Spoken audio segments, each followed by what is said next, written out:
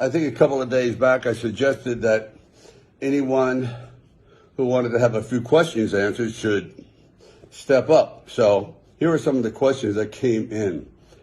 Copland, is it in or out of your comfort zone? Well, physically it was definitely out of my comfort zone, but that's what the character was all about. It's hard of hearing. He had given up on himself, so he exactly wouldn't be a specimen. So that was good. But what was in my comfort zone, I like doing ensemble work. Rocky was an ensemble piece with all these really wonderful characters, so it was good. It was a good experience. But definitely tough to get that weight off. Anyway, what was it like working with Michael Rooker in Cliffhanger and Guardians 2? This guy's fantastic. Just committed to the part, fearless, has an incredible soul, very witty, and brave. He was doing things on Cliffhanger between takes of just sliding back and forth over a canyon. This is on his own for fun. In between takes, 4,000 feet straight down with just a simple cable like he was on in the film itself. So Michael is crazy great. How did the 3 seashells work in Demolition Man? Well, without getting too gross, imagine how chopsticks work and use your imagination from there. Okay, who has been your favorite leading lady? This doesn't require much thought. Talia Shire. Without Talia, I think Rocky certainly would not have been as successful. I've always said, without Adrian, there is no Rocky. Without that component of the film, it's just two guys punching their face in, and we've seen that. Actually, historically, boxing films have performed atrociously at the box office because most women did not want to see it, and there was never a story that was compelling enough. It was always about the mafia or this guy taking a dive or so on and so forth. And it just didn't work. So I thought, all right, this is not about boxing.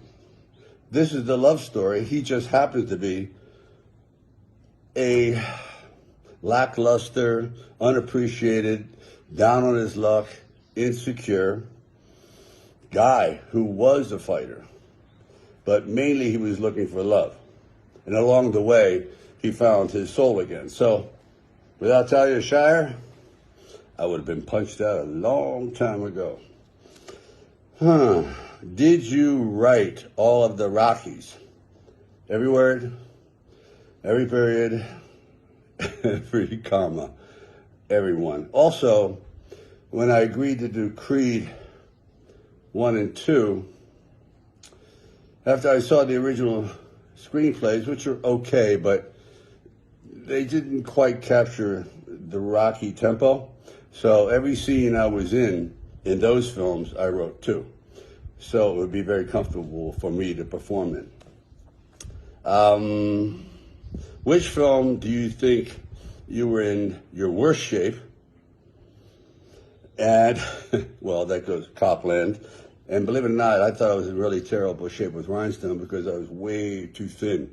I had to get thin for certain reasons, and I think I overdid it. Same thing with the Grudge Match. I got too thin because I was much heavier than Robert De Niro, so I had to come down in weight to make it look plausible, and that was uncomfortable.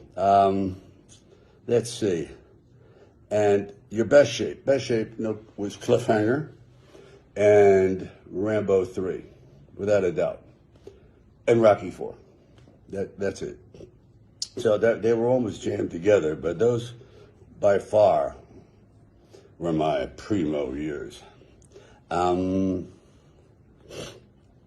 What movie would you like to have redone?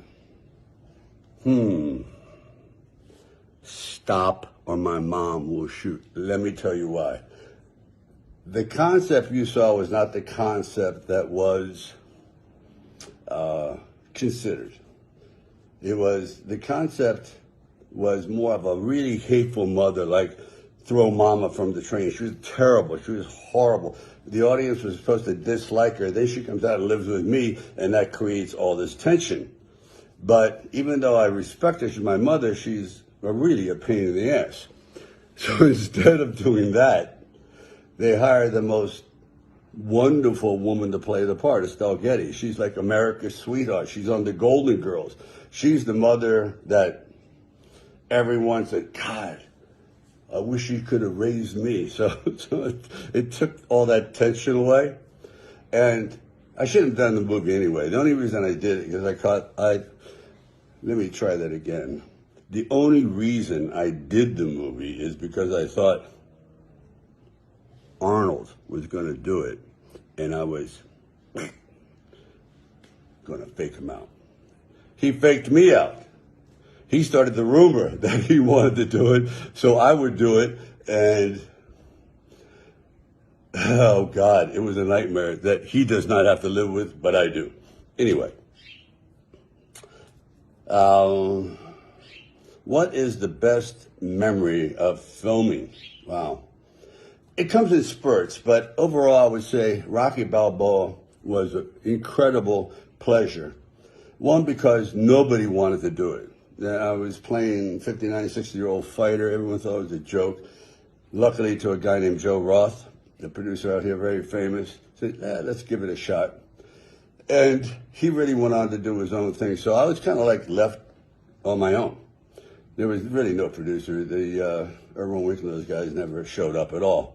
So I worked with a fellow named Kevin, and we put together a really good film that no one thought would work. And I feel it had a lot of heart.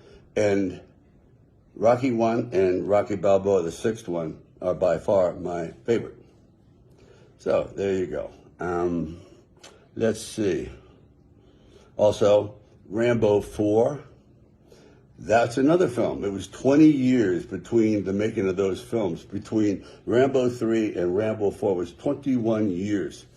And Rambo 3 didn't work. It just didn't work. Politically, things were changing. The story just didn't jive with the politics at that time. At that time, when I started the movie, the Cold War with Russia was still flagrantly on. In the middle of the movie, Gorbachev comes over, kisses Nancy Reagan on the cheek, and all of a sudden, America and Russia are friends, and I'm looking like the troublemaker. I mean, it was unbelievable. So that was that. And Rambo 4 was, again, a film that nobody wanted to see, no studio wanted to produce, and it just turned out, to me, great. By far is my most authentic action film where I said, if this is my last gig, I want it to be the way I want it, and I want violence to be depicted as horrible as it really is. What insurgent or civil war is really about. There's nothing romantic about it. It's grotesque, violent, and detestable. And that's the way it was done. Man, I'm proud of it. Okay. Profound. Okay. This one may take a little thought. Why did you make it when 99% of actors fail to make a real living in the business? Whew. Well, it's solely not based on just pure talent. It's maybe a talent that's away from the business, meaning your mindset.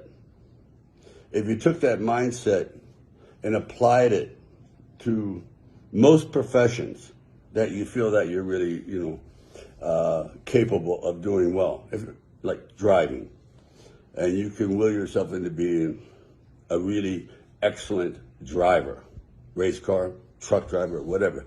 So it isn't as though like I'm just a great driver.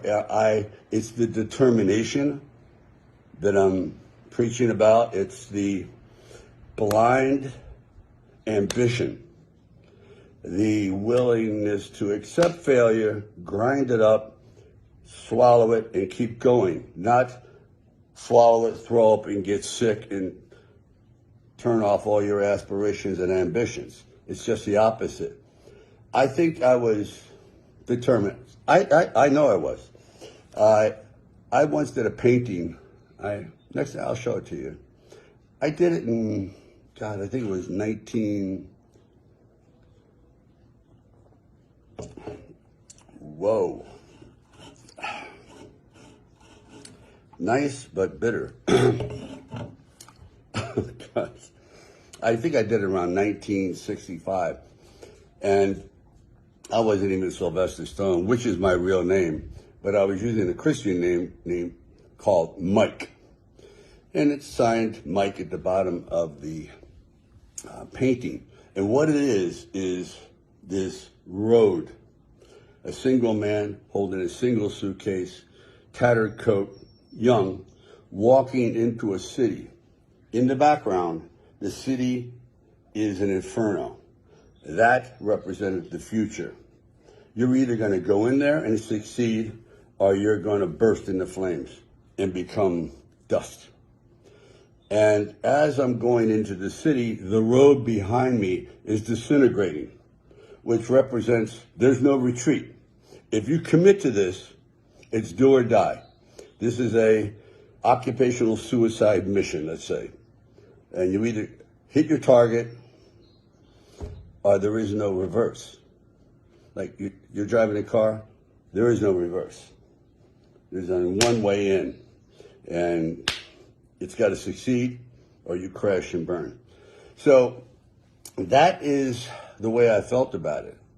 There was no retreat, there was no option, there was no exit door.